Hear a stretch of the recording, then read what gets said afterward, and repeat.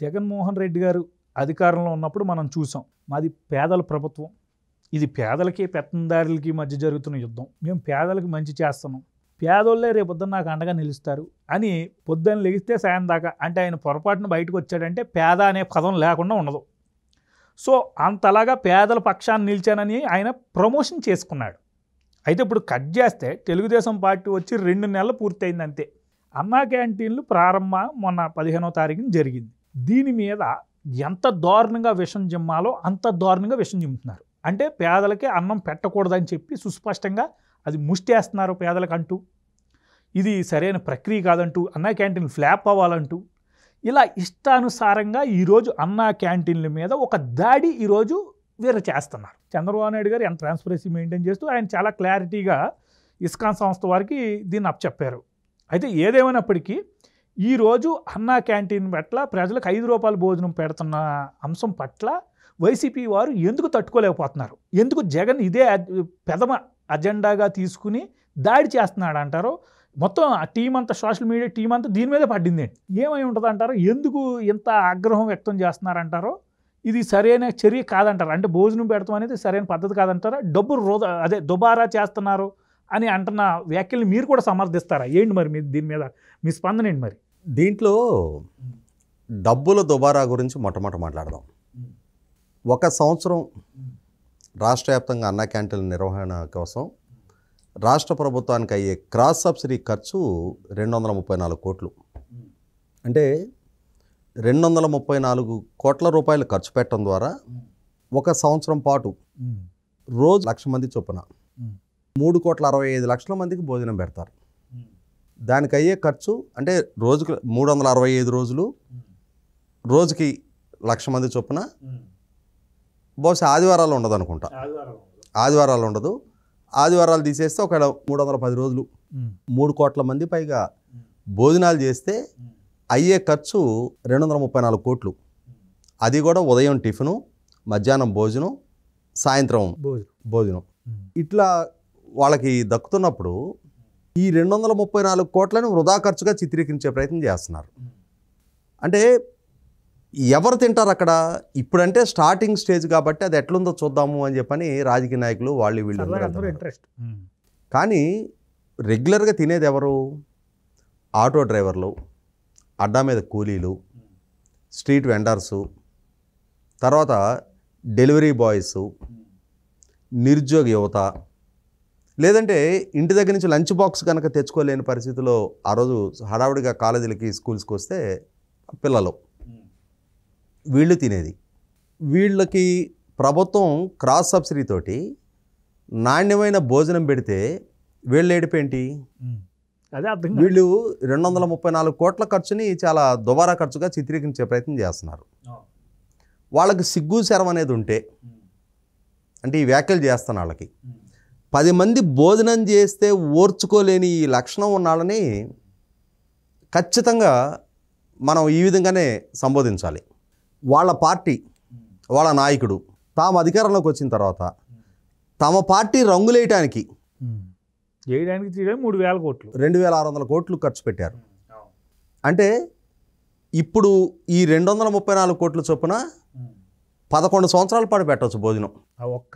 ఆ ఒక్క ఖర్చుకి 680 కోట్ల రూపాయలు సలహాదారుల పేరిట వీళ్ళ సాక్షి సిబ్బందికి, వీళ్ళ నాయకులకి అడ్డగోలుగా మేపారు 5 సంవత్సరాల పాటు మంది సొమ్ముతోటి. ఒక్క సజ్జల రామకృష్ణారెడ్డి అనే ఒక్క సలహాదారుడు మెయింటెనెన్స్ కోసం 160 కోట్లు ఖర్చు జరిగింది అని చెప్పని గతంలోనే మీడియా సంస్థలు బాహాటంగా రాసినాయి కదా. మరి ఇది తప్పు అని మీరు ఎక్కడ చెప్పలేదే? మరి ఒక సజ్జల రామకృష్ణారెడ్డి అనే ఒక వ్యక్తి పోషణ కోసం పెట్టిన ఖర్చుతోటి ఆల్మోస్ట్ ఇప్పుడు సంవత్సరానికి 230 కోట్లు అంటే ప్రపోర్షనేట్గా లెక్కేసుకుంటే ఒక 8-9 నెలల పాటు క్యాంటీన్ నిర్వహణ చేయొచ్చు. మొన్న ప్రభుత్వం విడుదల చేసిన వివరాల ప్రకారం గత 5 సంవత్సరాల కాలంలో 891 కోట్ల రూపాయలు ఐఎన్పిఆర్ డిపార్ట్మెంట్ ద్వారా ప్రభుత్వ ప్రచారాలకు వాడితే అందులో ఒక్క సాక్షికే 403 కోట్ల రూపాయలు కేటాయింపులు చేశారంట. మరి మీరు ఆ రకంగా మెక్కటానికి అలవాటు పడ్డ వాళ్ళకి ఇవాళ పేదలకి 10 మందికి భోజనం పెడతంటే ఒక భారతీయ సిమెంట్ సంచులు, ఆ సాక్షి పత్రికలు చివరి మూమెంట్లు, ఇక అసలు ఇప్పుడు మద్యం అరాచకాల్లో, ఇసుక, మైనింగ్ అరాచకాలు, భూముల దోపిడీ, ఇవన్నీ బయటకు వస్తున్న తీరు చూస్తే వీళ్ళు మొత్తం ఒక 1000 మంది సమూహం ఈ రాష్ట్రం మీద పడి రాష్ట్రాన్ని మామూలుగా బర్త్డే కేకెళ్ళి కోసుకొని తిన్నారు. వీళ్ళకి వాళ్ళ ప్రభుత్వం పేదలకి భోజనం పెడతంటే ఓర్చుకోలేకపోతున్నారు. ఒకడు 2-3 గంటలు, నువ్వు వెళ్ళమాక 2-3 గంటలు టైం పట్టుద్దంటే ఆకలి వేసినాడు, అవసరంలో ఉన్నాడు, అంతకంటే ఖర్చు పెట్టలేను అనుకున్నాడు, అతను వెళ్ళి తింటాడు. ఏ దేవుడు ఏడిచాడు నిన్ను రమ్మని? నువ్వు వచ్చి భోంచేయి, నువ్వు వచ్చి భోంచేయకపోతే ఈ పూట మేము ఉండే నాన్న మిగిలిపోద్దని చెప్పని ఎవరన్నా అడిగారా? నీకు టైం సేవ్ అవుద్ది అనుకుంటే నువ్వు వెళ్ళమాక. అంత బిజీ లైఫ్లో ఉన్నా, అంత దూరం ట్రావెల్ చేసి వెళ్ళే నీకోసం కాదు అది పెట్టింది, ఆకలితోటి ఉన్న అన్నార్తల కోసం. రోడ్డు మీద ఉండి యాచకుల్లాగా వాడి పెడతాడా ఈడి పెడతాడా అని వేచి చూసే కన్నా రాయల్గా 5 రూపాయలు ఇచ్చి వాళ్ళు భోజనం చేసి వస్తున్నారు. ఆత్మవిశ్వాసంతో వాళ్ళ ఆత్మగౌరవాన్ని కాపాడుతున్నారు. ఎవరో దగ్గరికి వెళ్ళి చేజాచే అవసరం లేకుండా 5 రూపాయలు అక్కడ పెట్టి వేడి అన్నం తిని వస్తున్నారు వాళ్ళు. మీకు వచ్చే నొప్పి ఏంటి దాంట్లో? అంటే పేదలు తింటే ఓర్చుకోలేకపోతున్నారు మీరు, పేదలకు ప్రభుత్వం భోజనం పెడితే మీరు జీర్ణించుకోలేకపోతున్నారు. దారుణం అసలు. మీ అసలు సిసల నైజం ఇది.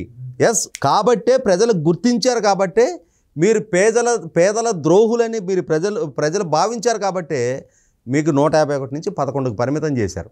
మీ ఉపన్యాసాలు, మీ ప్రచారాలు, మీ సోషల్ మీడియా, మీ జగన్మోహన్ రెడ్డికి ఇచ్చిన ఎలివేషన్లు, ఇవన్నీ ప్రజలు పరిగణలోకి తీసుకున్నా.